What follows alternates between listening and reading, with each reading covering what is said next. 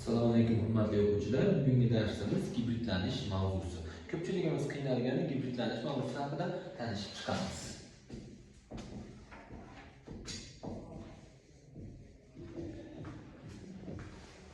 Gibritlanish nima? Gibrid, ya'ni gibrid orbital fazoda elektronlarning joylashish tartibi demak gibritlanish deb ataladi. Hop, gibritlanish tushunchasini birinchi bo'lib kiritganimiz bu poling hisoblanadi. Gibridlanishning bir qancha ko'rinishlari bor. Yani s orbital, sp orbital, sp2 orbital, sp3, sp3d1, sp3d2 holatda yoki bu hokazo ketaveradi. Hop, endi bular qayerdan kelyapti bu orbitallar? Hop, biz bilamizki yacheyka s orbitalga bitta chiziladi. Ya'ni s oilaga o'rtasidagi bitta yacheyka chiziladi. Va ikkita elektron siqishini bilasiz. Shuning uchun s'lar doim bitta yuradi. P ga 3 ta. 3 ta yacheyka chiziladi. Bilib qo'ying, shuning uchun s p 3 gacha boradi. Ya'ni p 3 gacha borishi mumkin bo'ladi xolos. Hop, d lar ya'ni elektronlar p orbitalda maksimal holatda 6 ta elektron yuradi xolos. Dastlabki yo'llar bo'ladi, keyin pastlardan kelishib qo'yadi. Hop, undan keyin d orbital. D lar 5 gacha boradi.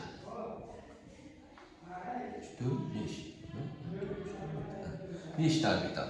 F'lar 7 tagacha bo'ladi. Endi bunaqa gibrid orbital hali nima bo'lmagan-ku?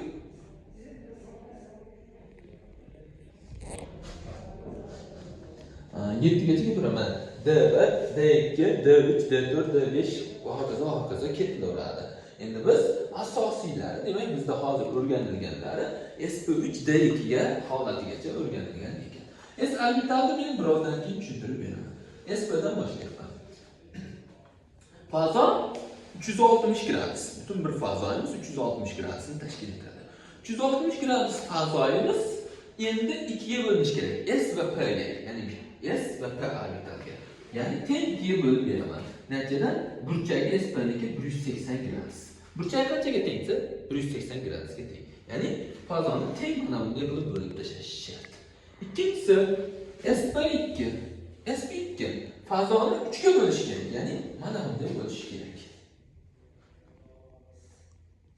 Mana. Ya'ni 360 3 ga bo'lsa 120 gradus bo'lacak.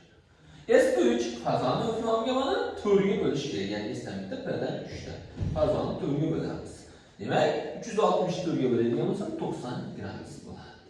Mana. Endi ular shart emas. Uni ham bo'lib tashlaymiz 360 gradus. 5 ga bo'laveramiz. Ana. Hop, endi SP dan boshladim. SP orbitalga nima misol bo'ladi? Beriy xlorid, karbonat, anhidrid. Is gazi. Kabilarni misol qilib keltirishimiz mumkin bo'ladi. Nima sababdan? Ko'rib chiqamiz. Beriy xlorid.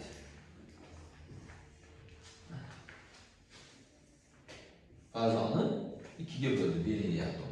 Beriy atom uchun demak mana sp, ya'ni fazo 2 ga bo'ldi. Fazo 2 ga bo'ldi, demak sp. Yoki karbonat angidridagi uglerod. Sp fazoni 2 ga bo'ldi. Yoki iskazda. Endi fazoni faqat 1 ga bo'lyapti-ku. Uglerod 4-guruhda turibdi. Net valensiya bo'lsa, o'shancha elektroni bor. Demak, tashqi qobig'ida shuncha elektroni bor. 4-guruhda turganligi uchun ikkita elektroni bor, ya'ni ikkita elektroni bo'sh turibdi. Bu satang elektronlar, ya'ni juftlashmagan elektronlar deb ataladi va ularni satang deb ataymiz. Ular ham ikkitasi birgalikda, ya'ni juft holatda bitta fazoni egallaydi. Mana. sp. Mana bunday holatda ular egal. Hop. Ana endi sp2 ga o'tyapmiz. sp2 demak, bunga nimalar misol keltirishimiz mumkin bo'ladi? SO3. Hop. SO2.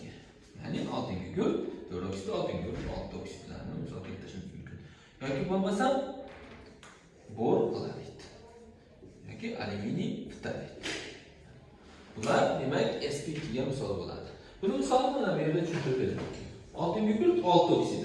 Fazoni demak 3 ga bo'lish kerak.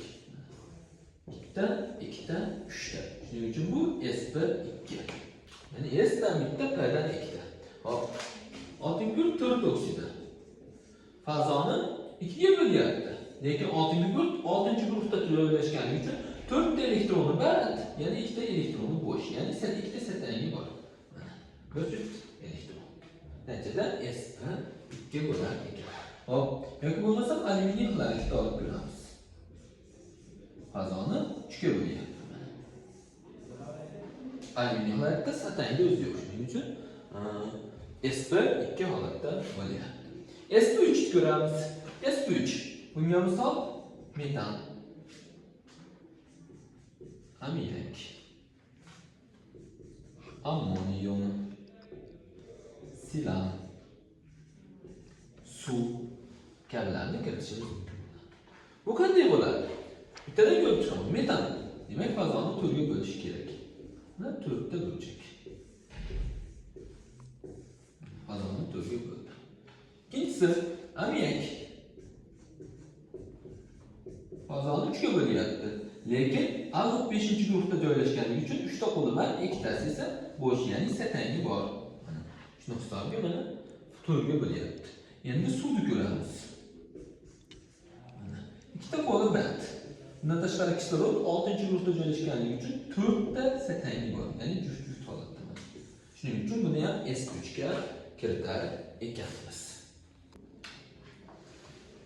sp3 D holati, ya'ni fazoni 5 ga bo'lish kerak. Bunga nima misol bo'ladi?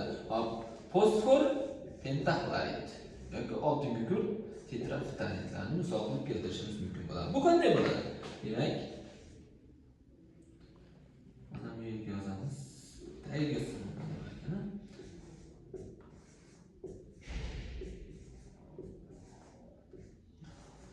Setan yo'q, fazoni 5 ga bo'lyapti.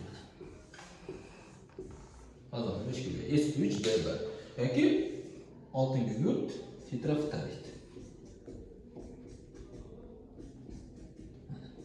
Fazoni 4 ga bo'lyapti, lekin undan 6-guruhda oltin gugurt joylashganligi uchun 4 ta qo'li band to'silishiga qaramasdan 2 ta qo'li bo'sh, ya'ni setanga mavjud.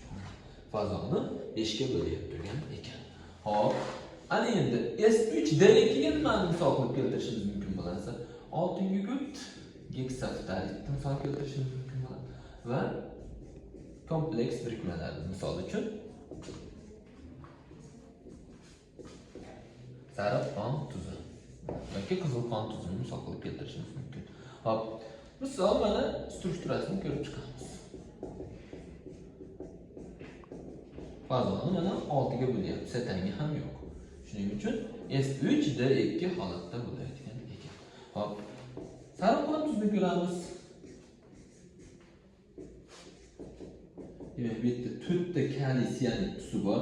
Kompleks birikma deganligi sababli, ya'ni bir qancha tuzlar qo'shilganligi, ya'ni 4 ta kaliy siyanid va bitta temir 2 siyanidimiz bor. Mana temir 2 siyanid tuzimiz mavjud. Shuning uchun buni biz kompleks birikma deymiz. Bir-biri bilan esa donor akseptor orqali bog'langan bo'ladi. Endi fazoni bitta, ikkita, uchta, to'rtta, beshta, oltita. Mana u sp3 D markaziy atom 2 ga bo'linib turgan ekan mana fazoni. Hop, buni nomlashi ham kaliy heksasiyanoferriat 2, ya'ni temir 2. Temir 2 valentliligini ko'rsatyapti bu yerda. Mana biz gibridlanishning dastlabki qadamini qo'yib oldik. Endi biz moddalarning gibridlanish turini ko'rib chiqamiz. Misol uchun karbonat angidriddan ketadi. Mana karbonat angidrid gaz, ya'ni uglorod to'rtoksidi. Bundagi har bir atomning gibridlanish turini aniqlang deydi. Mana boshladi. Hop, bu yerda uglorod 2 ga bo'lyapti fazoni. Shuning uchun bu sp. Endi kislorodga kelsak, ikkita qo'li bor. Yana bizda 6-guruhda turgani uchun yana bizda 4 ta setangi bor. Juft-juft holatda. Shuning uchun bu demak sp 2 bo'ladi. Endi mana uni yarmi, mana u qo'lning yarmi bilib qo'ying, uglerodga tegishli, yarmi esa endi buni chizib yotmaymiz. Mana qo'lning yarmi kislorodga, yarmi uglerodga. Chunki mana bunday qilib qo'l uzatsam, o'zim bitta bog' hosil qilaman. Bu tarafdan kimdir bog' hosil qilish kerak bo'ladi. Shuning uchun yarim qo'l meniki, yarim qo'l meniki. Mana bu bog'ning ham yarim bog'i, ya'ni fazoda yarim bog'i uglerodga, yarim bog'i kislorodga hisoblanadi. Hop, mana bu kislorodni topadigan bo'lsak, bu kisloroddan demak, setangi, 4 ta setangi borligi hisobiga bu ham sp2. Demek bu yerda sp orbital bitta, sp2'lar ikkita ekan. Ya'ni kislorodlar sp2, uglerod sp. Buni yana ham yaqqolroq tushunish uchun kislotalardan birini ko'rib beraman, ya'ni sulfat kislotani ko'rishimiz mumkin. Sulfat kislota. Boshladik. Men birinchi qiladigan ishimiz strukturasini chizib olish. Mana. Men S tushuntirmay ketgan edim. Bilib qo'ying, bitta qo'l chiqarganlar bular s orbitalar, ya'ni bir valentli metallar va bir valentli moddalar, ya'ni elementlar, vodorodlar misol uchun doim bilib qo'ying s bo'ladi, ya'ni sharsimon shaklda bo'ladi. Demak, mana bular s. Bular s shaklida beradi. Endi mana bu kislorodga kelyapsiz. Ikkita qo'li bor. Yana kislorod 6-guruhda joylashganligi uchun yana ikkita satangi bor. Shuning uchun bu sp3 fazon tuguli. Bitta, ikkita, uchta, to'rtta. Hop, bu kislorod endi. Mana S bo'lgan bitta, ikkita, uchta, to'rtta. Demak, bu ham sp3. Bular S'larda mana S. Hop. 6-guruhga keldik. 6 ta qo'li bor. Demak, 6-guruhda turibdi. 6-guruh, demak 6 ta qo'li hammasi bor. Tur fazoni esa 4 ga bo'lyapti. Mana bu pi bog'lar bilib qo'yinglar. Sigma bog' va pi bog' kelgan paytda ikkovidan alohida olamizmi deb ko'pchilik so'rab qoladi. Bitta fazo bo'ladi. Chunki yonma-yon tursa ikkinchi nima ko'rinmaydi. Pi bog' yonma-yon, bittasi fazoni hosil qilmaydi. Pi bog' hech qachon fazo hosil qilmaydi. Chunki men mana bunday turadigan bo'lsam, arqamga menga kichkinaroq odam pi degan qo'shimcha bog' degani, shunday tursa kichkinaroq odam bo'lsa, meni ko'rasiz xolos. Arqamdagi kichkina odamni ko'rmaysiz fazolarni. Shuning uchun fazoviy orbital jihatdan demak pi bog' yo'q. Fazo hosil qilmaydi. Demak bu sp3 turga bo'ldi. Endi kislorodga keldik. Ikkita qo'li bor. Bundan tashqari yana ikkita satang bor. Bu demak sp2. Bunga keldik, mana bu ham sp2. Endi bizdan so'raydi, s atomlar soni nechta deydi? S atomlar soni demak vodorodlar, ikkita vodorod. Sp'lar nechta? Sp bormi bu yerda? Sp yo'q, shuning uchun 0 ta. Sp2lar nechta? Sp2 ni sanaymiz, bitta, ikkita. Demak, ikkita atom bor. Sp3lar nechta? Sp3lar bitta, ikkita, uchta. 3 ta atom bor ekan. Demak, atom desa, hammasini shunday sanab qo'yamiz. Endi agar sizdan orbital deb so'rasachi, orbital desa, buni s orbitalni 1 ga ko'paytirib olasiz. Chunki bitta s bor. Shuning uchun 2. Sp desa 2 ga ko'paytirasiz. Endi 0 ga 2 ko'paytirsangiz baribir 0, bitta sp yo'qligi sababli. Hop, endi bunda 3 ga ko'paytirasiz. Chunki s dan bitta, p dan 3 ta orbital bor. Orbitalda nima 3 ga ko'paytiring? Demak, 2 ni 3 ga ko'paytirsam 6 ta orbital mavjud. Hop, sp3 s dan bitta, p dan 3 ta. Demak, 4 ga ko'paytirishim kerak. 12 ta orbitali mavjud ekan. Demak, orbital desa S desa 1 ga ko'paytirasiz, sp ni topsa 2 ga ko'paytirasiz, sp2 desa 3 ga ko'paytirasiz, s dan bitta, p dan 2 ta bo'lgan uchun sp3 desa s dan bitta, p dan 3 ta bo'lgan uchun 4 ga ko'paytirasiz sonini, atomlar sonini nechtadan chiqqan bo'lsa.